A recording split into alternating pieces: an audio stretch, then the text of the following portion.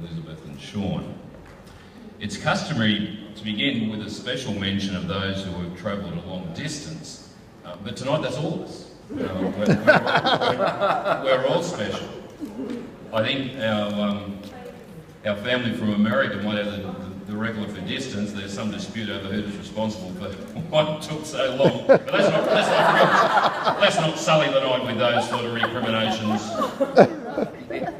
James claimed to have nothing to do with it, but anyway. Sadly, some family and friends are unable to join us, but I know the arrangements are already in plan for them to celebrate with Elizabeth and Sean at a later time. I admit, when I was first told that this celebration, this wedding and the celebration was to take place in Langkawi, I thought that was the name of the reception centre.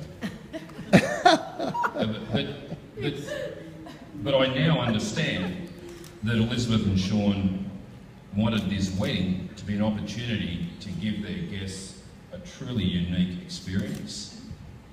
And they wanted this wedding to be an opportunity for their family and friends to strengthen those relationships. Nothing could be more fitting, nothing could be a more fitting Nothing could be a more fitting foundation for a marriage than that strong relationship between family and friends. So I want to congratulate Elizabeth and Sean for choosing such a beautiful place at such a beautiful event.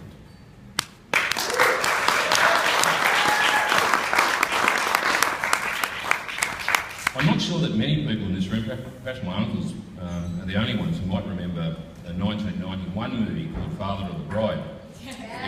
Oh, good. There's a few others. It was actually a remake of a much older movie starring Spencer Tracy. But anyway, the 1991 version starred Steve Martin.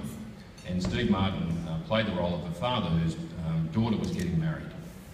And as you'd expect, he couldn't cope, and his whole life deteriorated into one disaster after another. Many people thought it was a comedy. I thought it was a documentary. I fully expected that's what it would be like to go through watching Elizabeth get married.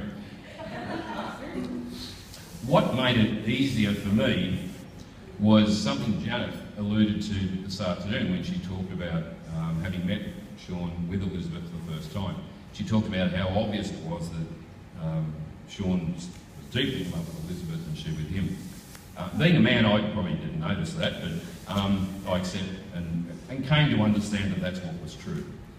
From a father's point of view, I guess what was more important for me was to work out whether Sean was a serious man or a boy. And by that I don't mean a serious man who can't laugh, who can't have a good time and can't enjoy himself, but I wanted her to marry a serious man, a man who would take his responsibilities, his commitments, the undertakings in which he enters. I wanted him to be a man who would deliver on that, a man worthy of our respect. And I'm happy to attest that Sean is such a man, and for that reason, the respect of all the Harding men has been extended to Sean. Sean is a serious man, and as a father, that's what I wanted for my daughter.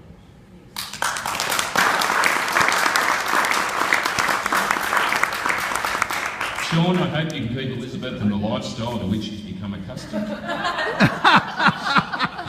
I totally understand why you've chosen a new career as a professional gambler.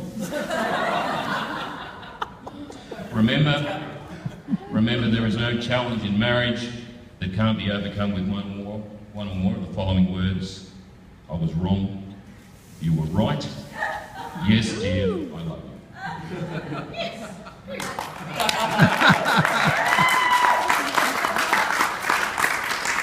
Why do half the room not get that? Also, Sean, helping around the house is not a bad idea.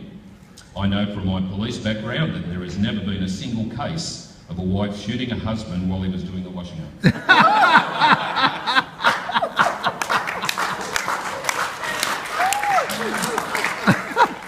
Finally, Sean Valentine's wouldn't he on this one? He's got... I I'll give you these notes, mate, and you can use it any time you like. Finally, Sean, never go to bed in the middle of an argument. Be a man, stay up and fight. And so to Elizabeth.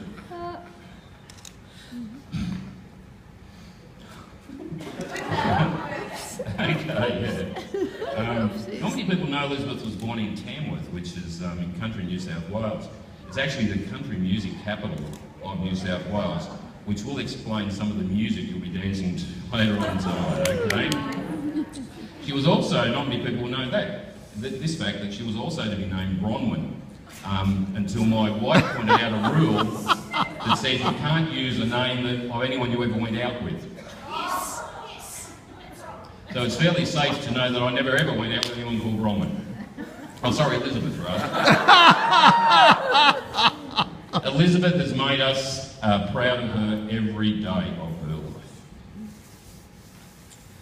Elizabeth knows that I live to make her happy. As her father, that will never change. But as her husband, Sean now assumes the lead in that important mission.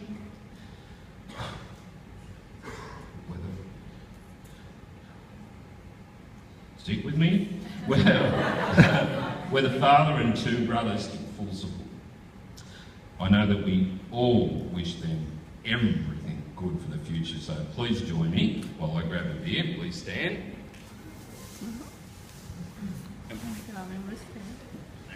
And please join me in a toast to the bride and groom. Toast to the bride. To Elizabeth and Sean. Elizabeth and Sean. Thank you. Have a seat. I just want to close with a short poem. You're all probably most familiar with the long version of this poem. This is a slightly longer version, but I think it's relevant.